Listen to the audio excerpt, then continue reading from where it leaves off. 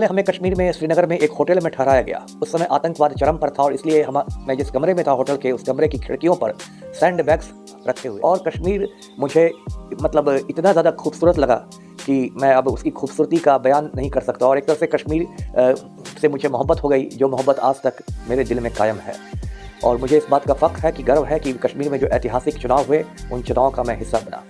साथियों नमस्कार, पटना बिहार से मैं अमिताभ कुमार दास, IPS 94 बैच। साथियों, आप देख रहे हैं मेरा अपना YouTube चैनल दास बोले बिंदास। इस चैनल में मैं आपको पुलिसिंग की रोचक कहानियां सुनाऊंगा, रोचक जानकारियां दूंगा और आपका थोड़ा ज्ञानवर्धन भी करूंगा। आज मैं आपको सुनाता हूं कि किस तरह मैंने कश्मीर में जान हथेली पर रखकर और सर पर कफन बांधकर चुनाव करवाए थे। ये साल था 1996, 1996, और तब मैं IPS की ट्रेनिंग कर रहा था। तो उस ट्रेनिंग के दौरान हमें BSF के साथ काम करने के लिए कश्मीर भेजा गया था।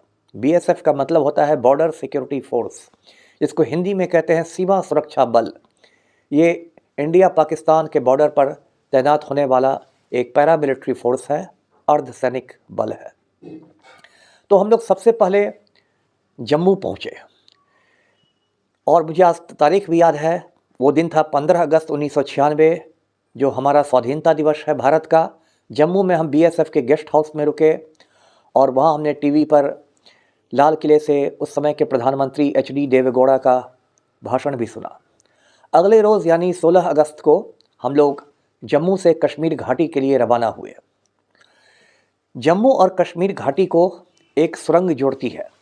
इस सुरंग को बनिहाल टनल कहते हैं और इसका सरकारी नाम है जवाहर टनल, जो जवाहरलाल नेहरू के नाम पर रखा गया था। आप जानते हैं साथियों कि नेहरू जी का परिवार भी कश्मीरी पंडितों का ही परिवार था और नेहरू परिवार भी कश्मीर से आकर ही इलाहाबाद में बसा था। तो वहाँ पर एक ड्रिल है कश्मीर में, क्योंकि बहुत ज़्यादा आतंकवाद है कि वहाँ सुरक्षा बलों की कोई गाड़ी अकेले नहीं चलती। जब कई गाड़ियाँ मिलती हैं तो वो सारी गाड़ियाँ साथ चलती हैं, जिसको इंग्लिश में कॉन्वॉय कहते हैं, हिंदी में काफिला कहेंगे।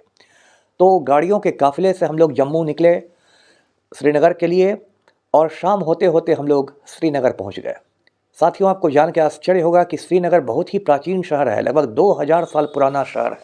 और कहते हैं कि मौर्य सम्राट अशोक ने श्रीनगर को बसाया था लगभग 2000 बरस पहले। अब ये कश्मीर की राजधानी है। श्रीनगर में चारों ओर आपको चिनार के पेड़ दिखेंगे। ये वहाँ की एक तरह से पहचान है। चिनार के पेड़ हिंदुस्तान में सिर्फ कश्मीर में पाए जाते हैं, क्योंकि ये बहुत ठंडे मौसम में पनपने वाला पेड़ है। चिनार को इंग्लिश में मैपल कहते हैं और इसके पत्ते इतने खूबसूरत होते हैं, डिज़ाइनदार होते हैं कि लगता है कि किसी ने बैठकर कैंची से काटकर उनका डिज़ाइन तैयार किया हो।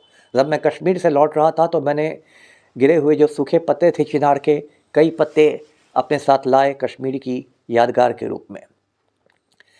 तो सबसे पहले हमें कश्मीर में श्रीनगर में एक होटल में ठहराया गया। उस समय आतंकवाद चरम पर था और इसलिए मैं जिस कमरे में था होटल के, उस कमरे की खिड़कियों पर सैंड बैग्स रखे हुए थे। सैंड बैग्स मतलब हुए मिट्टी से भरे हुए बोरे। ये इसलिए रखे जाते हैं कि यदि बाहर से गोलीबारी हो तो वे गोलियां आकर मिट्टी के अंदर धंस जाए और आप उनसे बच जाए। उसके 1-2 रोज़ बाद हम लोग लाल चौक गए, जो कि वहाँ का सबसे महत्वपूर्ण चौक है। लाल चौक पर उस समय एक धमाका भी हुआ था और हम लोग धमाके के तुरंत बाद लाल चौक पहुँचे। इसके बाद हम लोग को श्रीनगर के अलग अलग हिस्सों में BSF के ठिकानों में ट्रेनिंग के लिए भेज दिया गया। मेरे जिम्मे श्रीनगर के 3 मोहल्ले आए, जिनके नाम हैं जोगी लंकर, रैनावाड़ी और कलवल। और मेरे साथ BSF के जिस अधिकारी को अटैच किया गया था वो एक सरदार जी थे, मुझे अभी नाम नहीं याद आ रहा। बहुत ही अच्छे थे, बहुत मिलनसार सरदार जी थे और उसके साथ ड्यूटी में मुझे बहुत अच्छा लगा। सबसे पहले उन्होंने मुझे एक AK-47 इश्यू किया। जब हम लोग ट्रेनिंग करते थे हैदराबाद में नेशनल पुलिस एकेडमी में, तो मैंने AK-47 काफ़ी चलाया था, लेकिन असल में फील्ड में पहली बार मुझे AK-47 दिया गया था और साथ ही साथ बुलेट प्रूफ जैकेट भी दिया गया। अब तो बहुत हल्के जैकेट भी आ गए हैं, लेकिन उस ज़माने में वो जो बुलेट प्रूफ जैकेट था वो 11 किलो का था, तो काफ़ी वज़नी था उस हिसाब से। तो हम लोग दिन भर बुलेट प्रूफ जैकेट पहन के हाथ में AK-47 लेके कश्मीर की उन गलियों में घूमते, और बहुत संकरी गलियां हैं और वहाँ लकड़ी के मकान होते हैं। श्रीनगर में बिल्कुल सटे सटे मकान होते हैं, इतने सटे मकान होते हैं कि यदि आतंकवादी एक मकान में घुसे तो वो खिड़की दर खिड़की एक मकान से दूसरे मकान में भाग सकता है, तो काफ़ी ज़्यादा वहाँ खतरा रहता है। साथियों, मैं मिथिला का रहने वाला हूँ, तो भोजन का भी प्रेमी हूँ, फूडी भी हूँ। मुझे कश्मीर का भोजन बहुत अच्छा लगा। खास के वहाँ एक नॉनवेज वाला खाना होता है जिसको वाज़वान कहते हैं, जो कश्मीर की शादियों में परोसा जाता है। उसमें कई व्यंजन होते हैं और उनको सामूहिक रूप से वाज़वान कहते हैं। उसमें एक व्यंजन होता है मीट बॉल, यानी गोश्त का गोला रहता है, जिसे गोश्तावा कहते हैं। तो वो मैंने बहुत पसंद किया। कश्मीरी पंडितों का एक डिश है, उसको रोगन जोश कहते हैं, वो भेड़ के मीट से बनता है। और मैं ये भी बताऊं आपको कि बिहार में जो मेरा होम स्टेट है, वहाँ तो लोग खस्सी यानी मटन ज़्यादा खाते हैं, गोट मीट जिसको कहते हैं। लेकिन कश्मीर के पहाड़ों में लोग भेड़ के का मीट ज़्यादा पसंद करते हैं, जिसको वहाँ के लोग भेड़ू कहते हैं। तो मैंने भी भेड़ू का मीट काफ़ी खाया। वो भी खस्सी के मीट की तरह ही रहता है, लेकिन उसमें चर्बी की मात्रा थोड़ी ज़्यादा रहती है। इसके अलावा मैंने कश्मीरियों के घर में घूम घूम कर कहवा पिया। वहाँ मुझे लोकल कश्मीरियों से दोस्ती हो गई और उन लोगों ने मुझे कहवा पिलाया। वो कश्मीर का एक बहुत पॉपुलर पेय है जिसमें केसर मसाला डाला जाता है, जिसको उर्दू में केसर को ज़ाफ़रान कहते हैं, इंग्लिश में सैफ़रॉन कहते हैं। बहुत महंगा मसाला होता है, लेकिन बहुत ज़बरदस्त स्वाद आता है कहवा में इस मसाले का। तो मैं रोगन जोश खाता था, कहवा पीता था, भेड़ू का मीट खाता था और बुलेट प्रूफ जैकेट पहनकर पेट्रोलिंग करता था। वो बहुत ख़तरनाक दिन थे।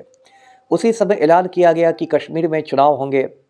आतंकवादियों ने चुनाव के बहिष्कार का ऐलान किया और आतंकवादियों ने धमकी दी कि कोई भी आदमी यदि वोट डालेगा तो उसके दोनों हाथ काट दिए जाएंगे। इसलिए हमारी ये भी ड्यूटी थी कि वोटरों में एक सुरक्षा की भावना हम पैदा करें। तो आतंकवादियों के बहिष्कार की वजह से बहुत सारी पार्टियां मैदान से हट गई थी और उस ज़माने में ईवीएम से मतदान नहीं होता था। अब तो इलेक्ट्रॉनिक वोटिंग मशीन आ गया है, ईवीएम। उस ज़माने में बैलेट पेपर से ही वोटिंग होती थी, मतपत्रों से। और मुझे अभी भी याद है कि कश्मीर में जो चुनाव हुए तो एकदम छोटा सा गुलाबी रंग का बैलेट पेपर था, पोस्ट कार्ड के आकार का। और मुख्य रूप से दो ही पार्टियां मैदान में थी, एक नेशनल कॉन्फ्रेंस जो वहाँ की क्षेत्रीय पार्टी है डॉक्टर फारूक अब्दुल्ला की, और दूसरी इंडियन नेशनल कांग्रेस जो राष्ट्रीय पार्टी है।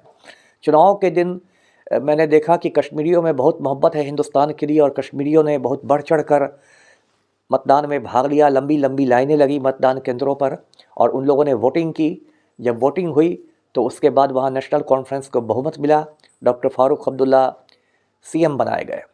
साथियों, एक दिलचस्प बात मैं ये बताता हूँ कि उस समय जो जेट एयरलाइंस चलता था, जेट एयरलाइंस में बीएसएफ के लोगों को 50% डिस्काउंट यानी 50% की छूट दी जाती थी। तो मेरे पास उस समय बीएसएफ का आई कार्ड था, बीएसएफ का परिचय पत्र था।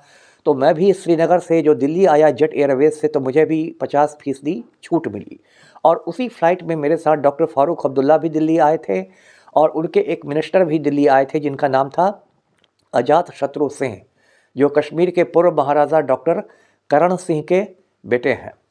साथियों, मैंने श्रीनगर में डल झील में पेट्रोलिंग की। डल लेक जो है, आप पुरानी हिंदी फिल्मों में देखते होंगे, कश्मीर की कली जैसे फिल्मों में, वहाँ शिकारा चलते हैं। हम लोगों ने बीएसएफ की बोट में बैठकर पेट्रोलिंग की। कश्मीर में श्रीनगर में बहुत खूबसूरत बाग बगीचे हैं, जैसे शालीमार बाग, चश्मे शाही, निशात बाग। ये बाग वहाँ मुग़ल बादशाह जहांगीर के बसाए हुए हैं। मैं उन बागों में गया और कश्मीर मुझे मतलब इतना ज़्यादा खूबसूरत लगा कि मैं अब उसकी खूबसूरती का बयान नहीं कर सकता। और एक तरह से कश्मीर से मुझे मोहब्बत हो गई, जो मोहब्बत आज तक मेरे दिल में कायम है। और मुझे इस बात का फ़ख्र है कि गर्व है कि कश्मीर में जो ऐतिहासिक चुनाव हुए, उन चुनाव का मैं हिस्सा बना। तो कैसी लगी आपको मेरी कश्मीर की कहानी, आप कमेंट्स में बताएंगे। और मेरे इस चैनल को दास बोले बिंदास को सब्सक्राइब करना ना भूलें। धन्यवाद। जय हिंद।